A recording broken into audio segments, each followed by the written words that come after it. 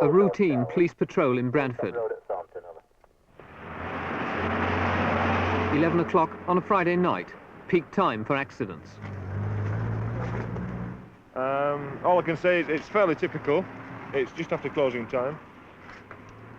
A dark road, street lights on that side only, and further than that we're not in a position to say at the moment. And it's just after 11:30. It is indeed. And closing time is? 11 o'clock.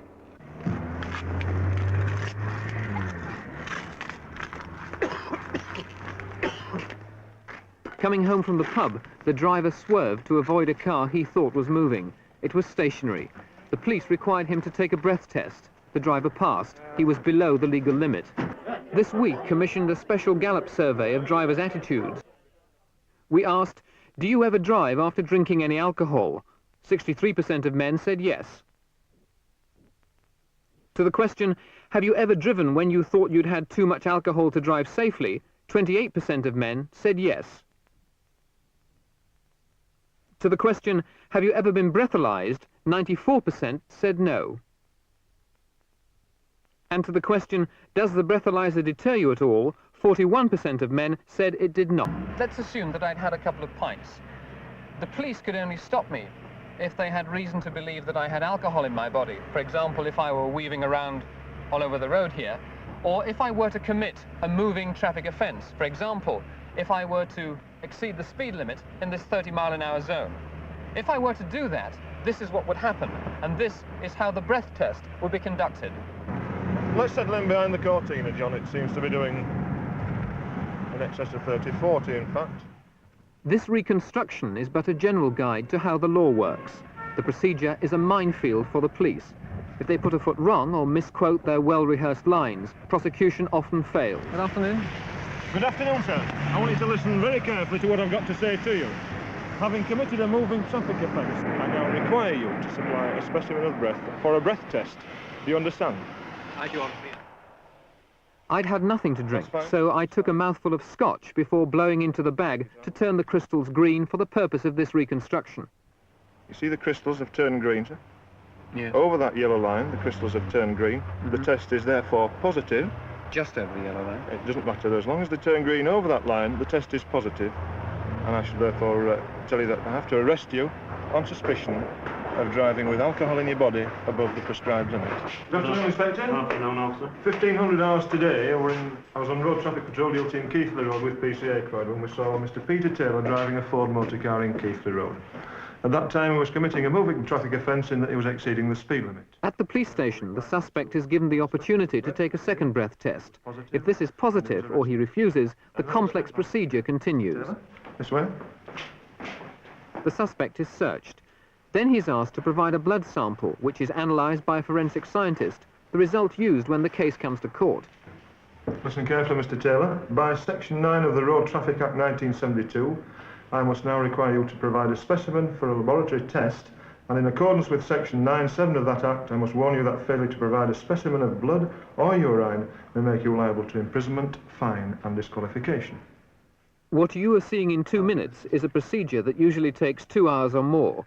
It's time-consuming, absorbs valuable police manpower, and it's expensive. Each completed test costs £12. Last year, there were 63,000 prosecutions using this procedure. Mr. Taylor, this is your specimen, the one that you elected to take away with you. It's going back into your own personal property, because until such times as you blow a clear test, you're going to be detained here in custody. In jail? Yes. You mean I have to go into a cell now? You have, until such time as you blow a clear test. And when's that likely to be? Well, that's not possible to say. We don't know.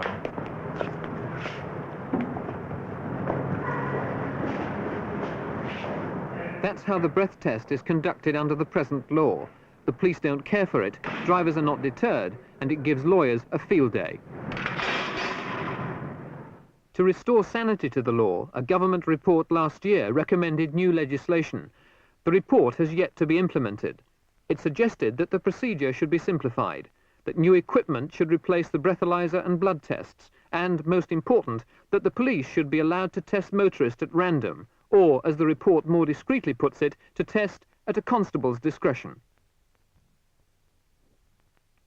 Although random testing would involve more work for the police, many of them believe it would be an effective deterrent and would support it.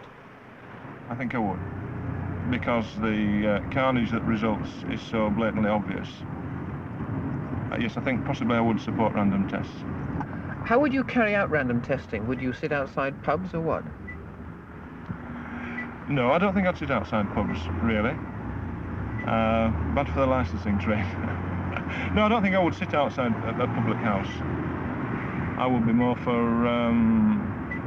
just stopping vehicles on any given stretch of road. At particular times? At particular times, yeah. And what effect would that have on the drinking and driving public? I think the cars would disappear off the road for several months. They would creep back again, but I'm sure, feel sure that people will be more careful in the drinking habits. I think the police have got to have the right to stop and do random checks, and I think this is the only thing that is going to get away from the idea that being stopped and breathalyzed always happens to somebody else, but never to you. Is random testing a threat to civil liberties? Yes, of course it is.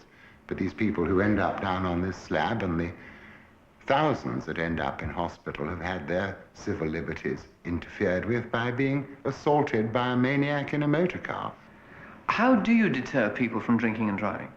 I think you can only do this by making drinking driving offences no longer socially acceptable, making them as socially unacceptable as an offence, a sexual offence against a child, or an attack, an assault on an elderly lady and snatching a handbag. These we look on as socially unacceptable offences, not always because of the injury done to the people attacked, but for some reason our society looks on being caught drinking and driving as hard luck, old boy, and you're still perfectly socially acceptable.